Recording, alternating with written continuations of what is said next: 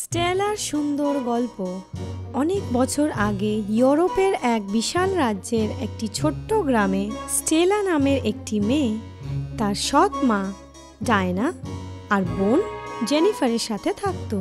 Stellar বাবার মৃত্যুর পর ওর সৎ মা ওকে দিয়ে বাড়ির সব কাজ করাতো।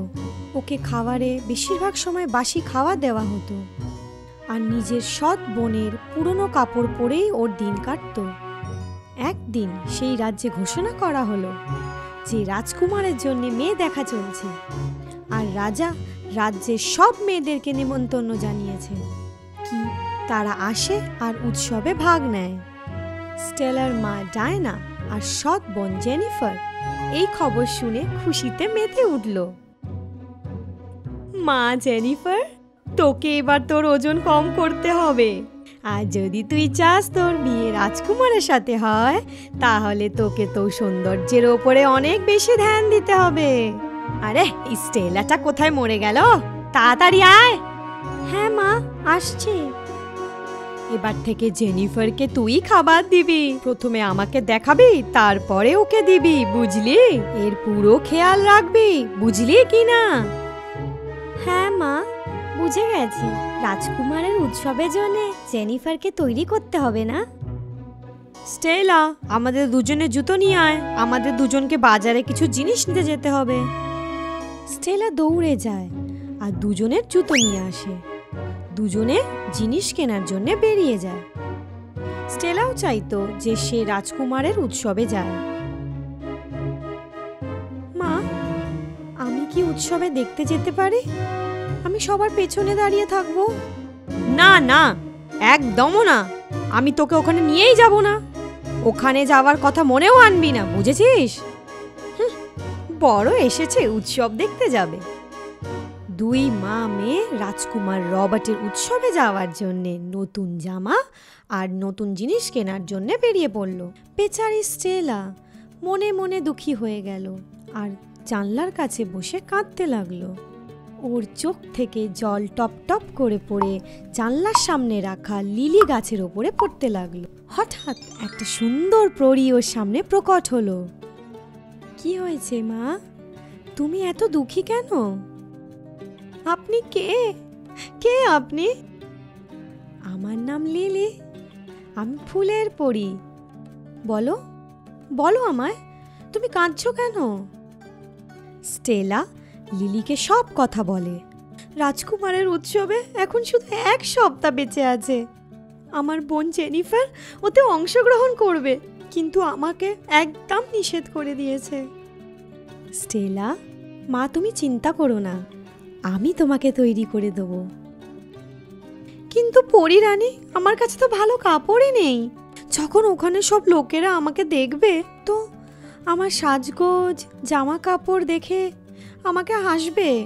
স্টেলা, তোমাকে ভগবান এত সুন্দর বানিয়েছে, তোমাকে সাজানোর কাজ আমি করে দেব। স্টেলার জীবনে পরী একটা আশার কিরণ হয়ে এসেছিল। রাজকুমারের উৎসবে রাত এসে যায়। স্টেলা, আমরা দুজন উৎসবে যাচ্ছি, বাড়ির খেয়াল রাখবি, আর যা খাবার বেঁচে আছে সব খেয়ে যাবি না। আজকাল তোর খিদে বড্ড বেড়ে যাচ্ছে। আর হ্যাঁ, আমাদের আসা অবধি ঘাড় পুরো পরিষ্কার করে দিবি, ঠিক আছে? আপনারা আরাম করে যান, আপনারা আসার পরে দেখবেন ঘর পুরো চমকাচ্ছে। জেনিফার আর ডায়না উৎসবের জন্য বেরিয়ে যায়।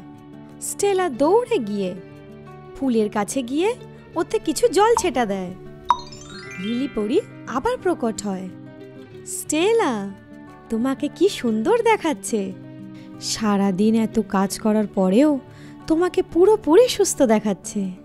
হ্যাঁ, সে তো বটেই, কিন্তু এখনো আমার কাছে না কোনো ভালো জামা কাপড় আছে, না আছে জুতো। আমি তো আমার চুলটাও বাঁধতে পারবো না। আমি বলেছিলাম না তোমাকে কে এইসব কথা চিন্তা তোমাকে করতে হবে না। পরী নিজের জাদুই তারা লাঠি স্টেলার ওপর ঘুরিয়ে আর স্টেলাকে খুব সুন্দর করে তৈরি করে দেয়। লম্বা সুন্দর চুল, একটা সুন্দর জামা, সুন্দর জুতো আর এমন দস্তানা যাকে ছুঁয়ে মনে হবে যেন কোনো মোলায়েম রেশম কাপড়কে ছুঁয়ে নিয়েছে। স্টেলা নিজেকে আয়নায় দেখে খুব চমকিত হয়ে যায়। এটা কি সত্যি আমি তো বিশ্বাসই করতে পারছি না। আমি তো তোমার শুধু কাপড় আর জুতো পাল্টেছি, তোমার চেহারার সৌন্দর্য তো আমাকে পাল্টাতেই হয়নি। বাস্তবে তুমি একজন অনুপম সুন্দরী। পরিরানী, আপনাকে অনেক অনেক ধন্যবাদ, কিন্তু উৎসবে পৌঁছতে আমার দেরি না হয়ে যায়। চিন্তা করো না, আমি ওটারও ব্যবস্থা করে দিয়েছি। স্টেলা এবার পুরোপুরি তৈরি হয়ে বাড়ির বাইরে যায়, আর সাদা ঘোড়ায় লাগানো একটা সুন্দর রথ ওর অপেক্ষা করছিল। ও তাড়াতাড়ি ওতে বসে উৎসবের জন্য রওনা দেয়। ও রাজমহলে পৌঁছানোর পরেই দেখে অনেক সুন্দর সুন্দর মেয়ে উৎসবে ভাগ নিয়েছে, আর রাজকুমার রবার্ট সিঁড়ির ওপরের একটা সিংহাসনে বসে আছেন। রাজকুমারের নজর ওর ওপর পড়ে যায়, আর উনি সিঁড়ি থেকে নিচে নামতে থাকে। আমি কি আপনার সাথে নাচ করতে পারি? হ্যাঁ, নিশ্চয়ই, এটা তো আমার পরম সৌভাগ্য। রবার্ট আর স্টেলা এবার সাথে নাচতে লাগলো। ওদের একসাথে নাচতে দেখে বাকি সব মেয়েরা রেগে উঠল। রাজা আর রানী এই দেখে খুব খুশি হয়ে যান। ওনারা বুঝে যায় যে ওদের ছেলে নিজের স্ত্রী পছন্দ করে নিয়েছে। কিন্তু সেই সময় স্টেলার সৎ মা আর বোন রেগে ওখান থেকে চলে যায়। এই সব দেখে স্টেলা খুব ভয় পেয়ে যায়। ও ভাবে যে সে যদি ওদের আগে বাড়িতে না পৌঁছতে পারে তাহলে ও অনেক মুশকিলে পড়ে যাবে। স্টেলা তাড়াহুড়া করতে গিয়ে রাজকুমারের হাত থেকে হাত ছাড়াতে গিয়ে ওর একটা দস্তানা রাজকুমারের হাতেই থেকে যায়। স্টেলা নিজের রথে বসে পড়ে। স্টেলা যেই বাড়িতে পৌঁছয় সঙ্গে সঙ্গে নিজের পুরনো রূপেই চলে আসে। ও তাড়াতাড়ি পরিষ্কার করতে লেগে যায়। কিছুক্ষণ পরেই দরজায় কড়া নড়ে। কালা হয়ে গেছিস কি? দুবার দরজা ঠুকতে হয়েছে। ক্ষমা করে দিও মা, ওই আমি পরিষ্কার করছিলাম না, ওই জন্য হয়তো শুনতে পাইনি। এই পরিষ্কার করেছিস তুই? এখনো অর্ধেক ঘরই পরিষ্কার হয়নি। যতক্ষণ তুই না পুরো বাড়ি চমকে দিস তোকে খাবার দেব না। এমনিতেই আমাদের মাথা খারাপ আছে, এবার আর কিছু বলবি না। স্টেলা মনে মনে খুশিও হয় আর দুঃখও হয়। কেউ রাজকুমারের সাথে বেশি কথা বলতে পারেনি।